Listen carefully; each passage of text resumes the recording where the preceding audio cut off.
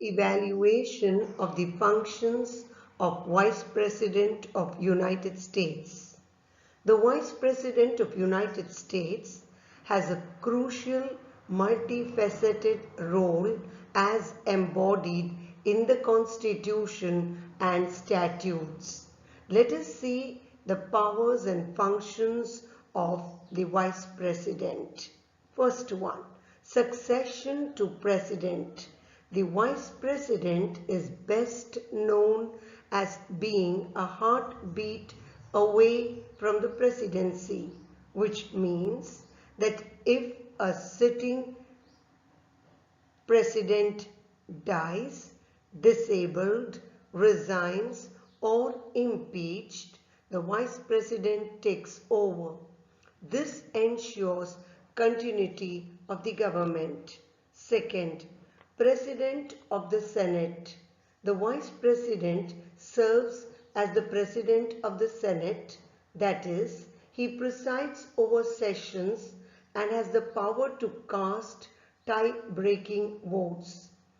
Tie has occurred 243 times and has involved 35 different vice presidents.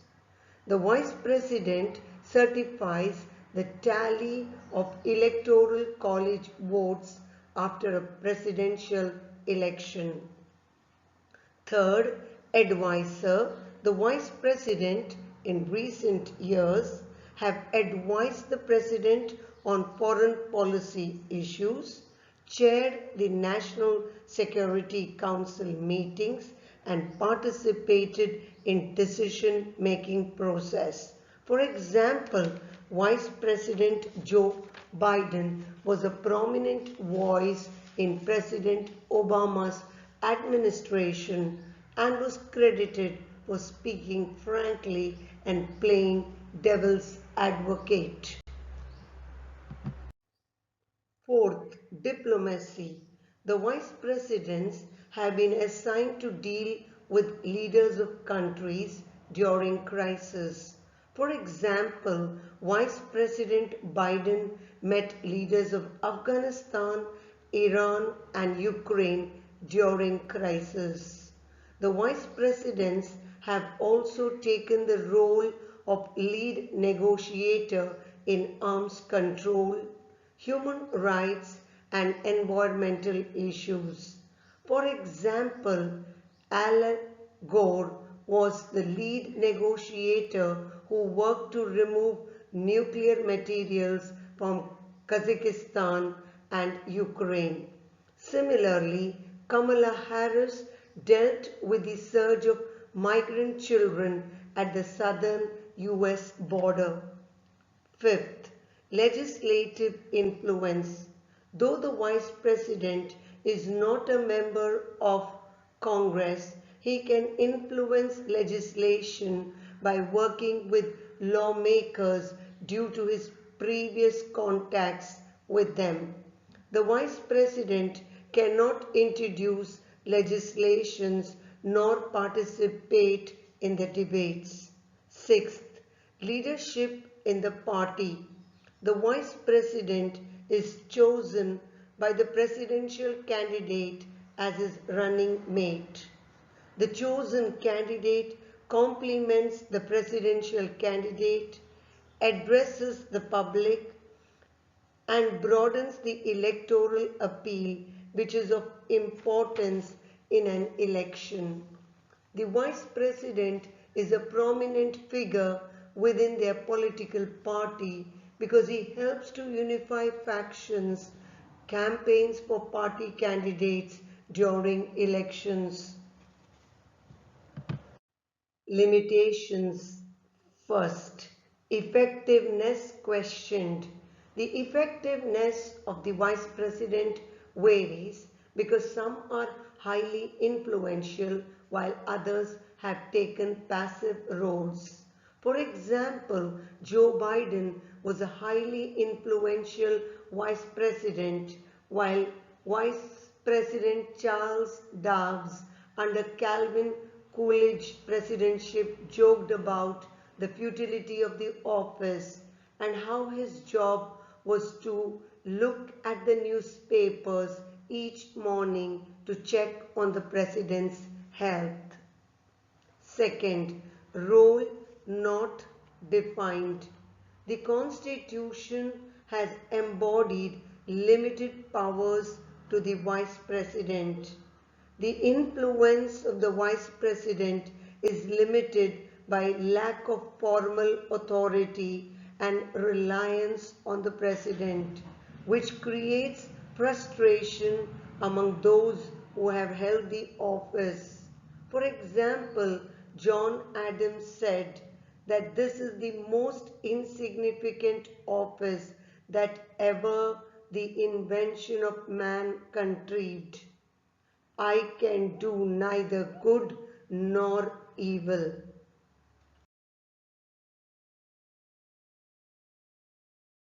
The role of Vice President Walter F. Mondale.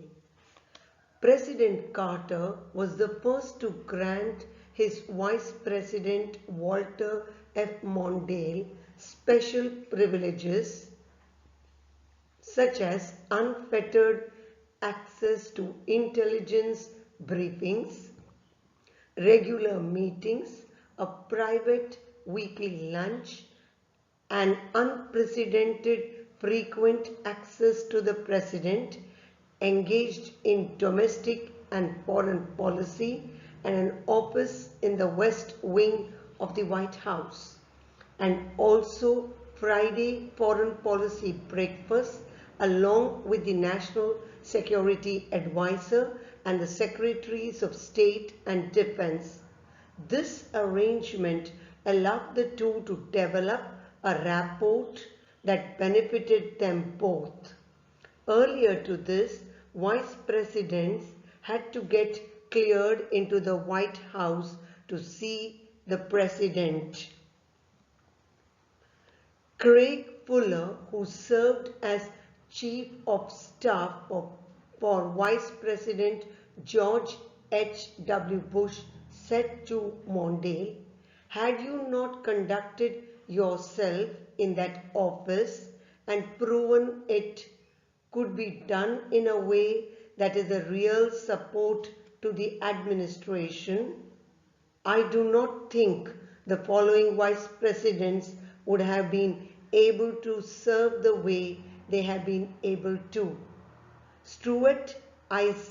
Stack, who served as Chief Domestic Policy Advisor to Carter, remarked he really created, along with President Carter, the modern vice presidency.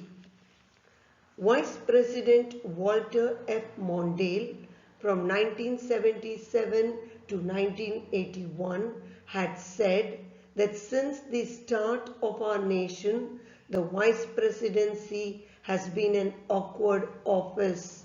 Its occupants have, by and large, been notoriously unhappy.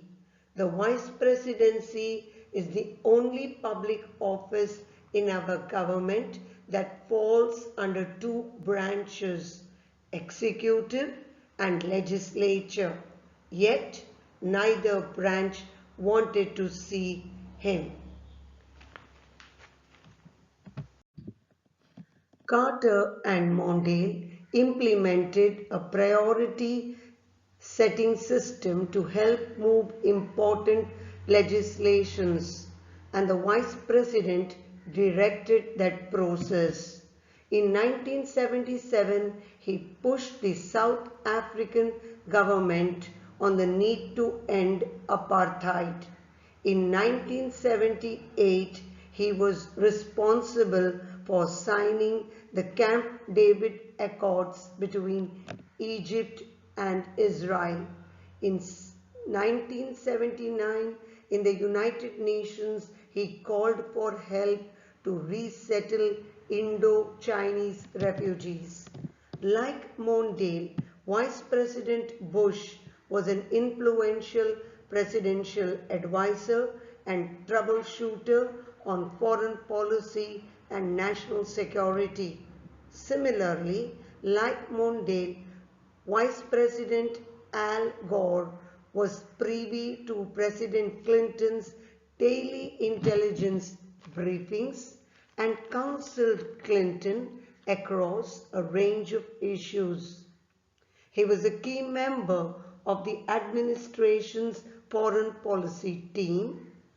He played a key role in managing US relations with Russia, Egypt, and South Africa, was a lead negotiator in the administration's arms control efforts, and helped to secure an international agreement on climate change and took up environmental initiatives.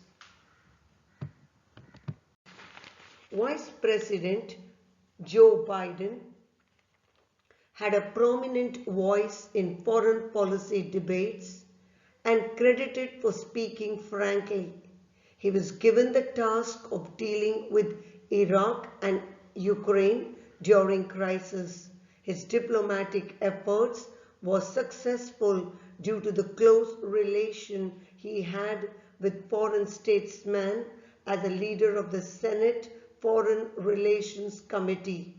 He held the view that the job is so complicated that the president really needs someone whose judgment you can trust, and the person should come with genuine, substantive knowledge and experience, and he able to take on big chunks of what is on the president's plate.